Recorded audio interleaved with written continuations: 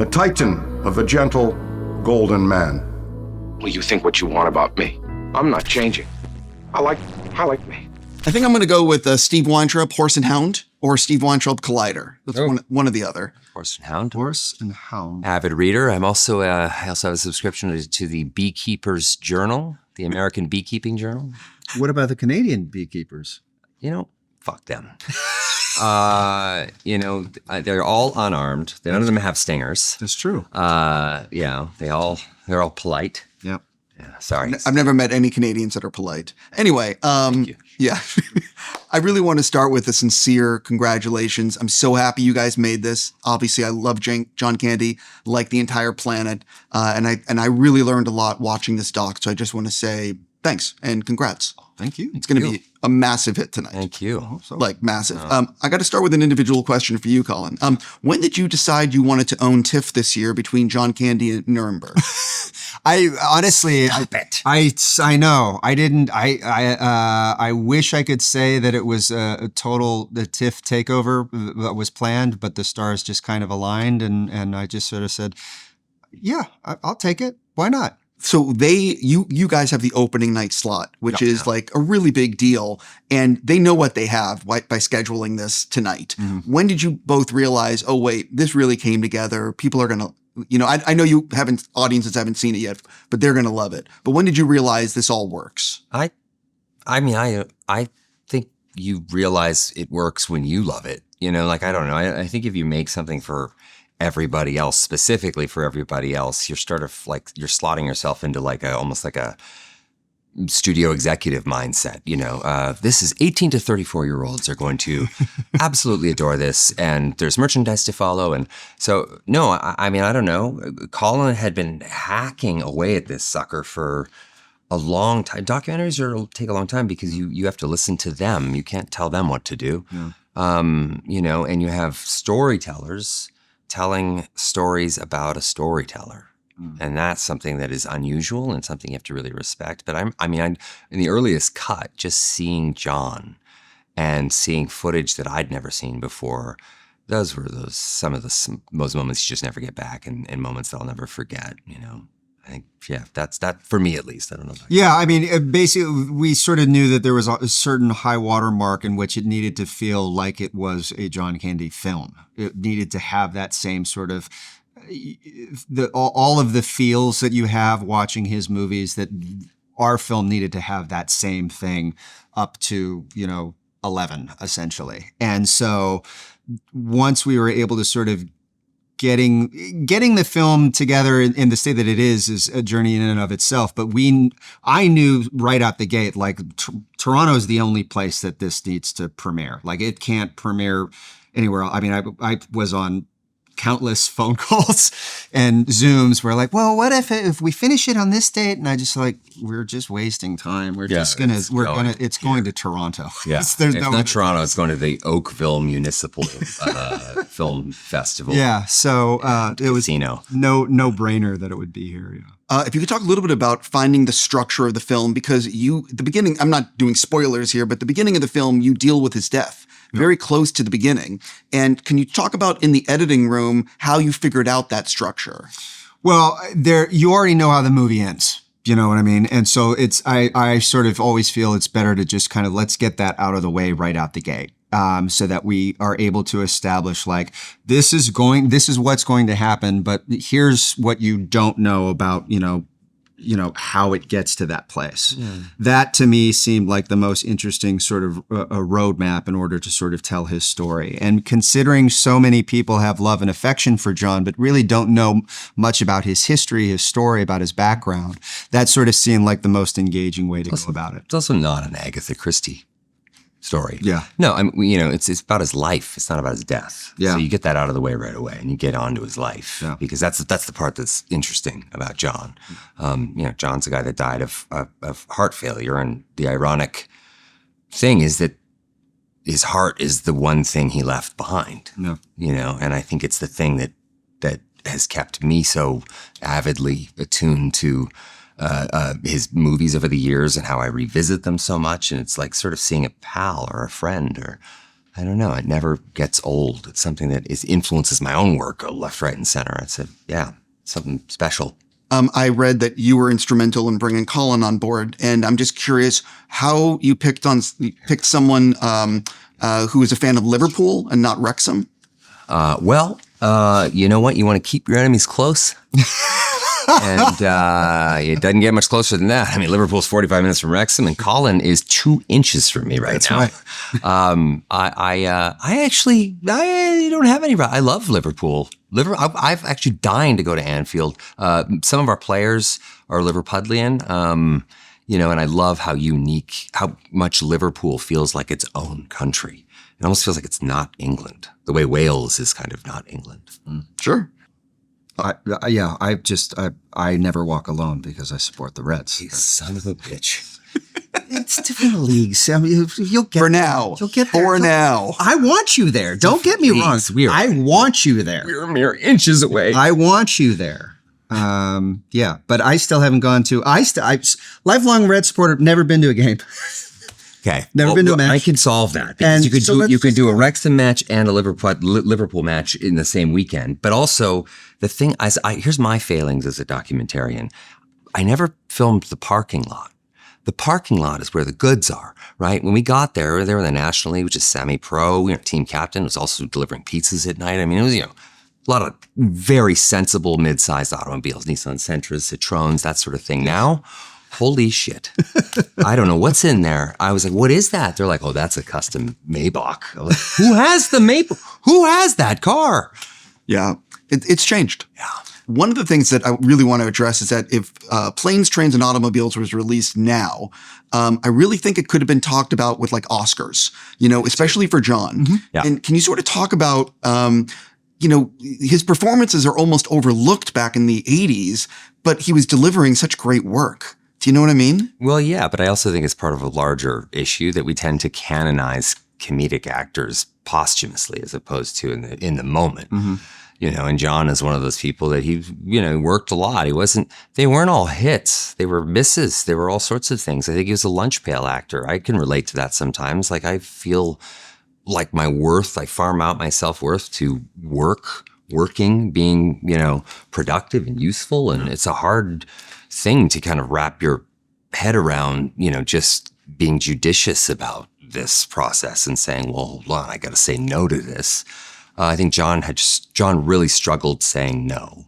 And I think that was a big, Conan says it in it, being a people pleaser in this business is very, very dangerous. And I think that's what John was. Yeah. And I think there's just that dynamic where I don't think people really understand just how much performance goes into comedy. If you're in a comedy, people say like, oh, it's funny, but they don't necessarily say you were good. You were really great. Whereas if it's a drama, they don't say, wow, that was really dramatic. They say, you were really great. So there's this nuance in the performance that I think is lost in comedy that people don't understand. And particularly Planes, Trains, and Automobiles, his performance in that is more than just being funny. You actually see a real performance, a real crafted performance, real intention in his scenes. That movie would have worked if it wasn't a comedy. Yeah. It would have worked if it were just exclusively a drama. If it was just exclusively a comedy, it would have worked both ways. Yeah, 100%. You actually, I didn't realize it until I did a little reading, obviously, to talk to you guys, but I didn't realize how much John Candy has basically been your work, or your North Star for like so much of your career. And I actually want to just talk about Deadpool Wolverine. And now you have the I Like Me mug and the fact that like Logan ripping Deadpool a new one in the car is very much Neil Page ripping Del Griffith a new one in the motel. Yeah. Exactly. I mean, the structure is the same. If you put those movies back to back, they're the same thing. I remember writing the speech that Wolverine, where he rips Deadpool a new one. And I was the perfect person to write that because I'm self-loathing and that's a great time to just, activate all of those systems. And I remember thinking the only worry was that Hugh had never spoken that much as Wolverine. In one scene, he speaks more than he speaks in most movies. Wolverine. So it's like, is this going to jump the shark at some point? But Deadpool deserved it. And it was great to see what a beautiful actor Hugh is, because there's this one little line in the bottom of it that it's written where the flicker of regret crosses his eyes, but it's gone before even we notice. And you see this little moment of that. But it's all over that. I mean, yeah, the I Like Me, but I also have the Canadian Mounted book is in every single one of the movies. Paramount, by the way, makes me license it for $5,000 every single time. It's my home studio first look deal. Thank you, Paramount.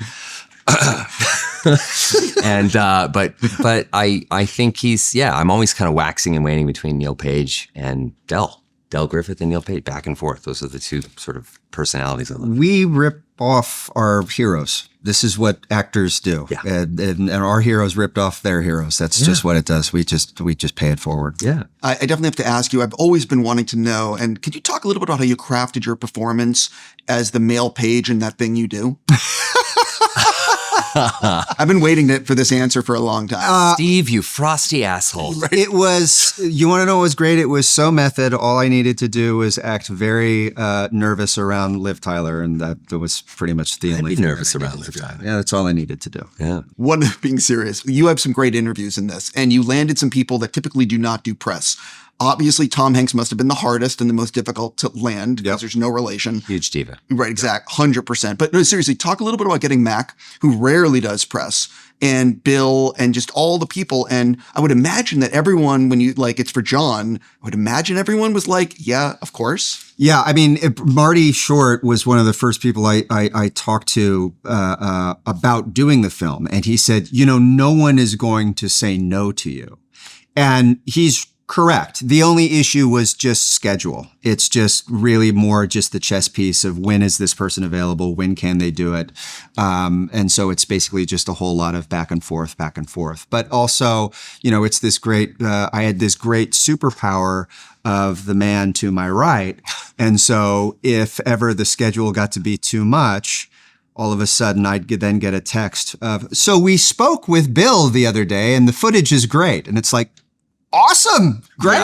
Love it. Look, you stole the good you one. did all the good hard ones. ones. Once the path is laid, I can say to guys like Bill and Aykroyd and Mac, all these people did it, Colin and did it all with all this, so you could make a whole movie just on me pursuing Bill Murray, right from the first phone call to the answering machine being a Greek shipping company, to finally getting him testing me. Hey, Ryan, tell me something. Who was the godfather of the spit take? I was like, that was the opening sentence. I was like, I think Desi Arnaz. Was it Desi Arnaz? Anyway, wrong. Danny Thomas. I was like, well, sure, but Desi did it first, and and then Danny perfected it. It's like basketball. Canadians invented Naismith, and Americans made it wonderful and great. So there was some of that stuff, but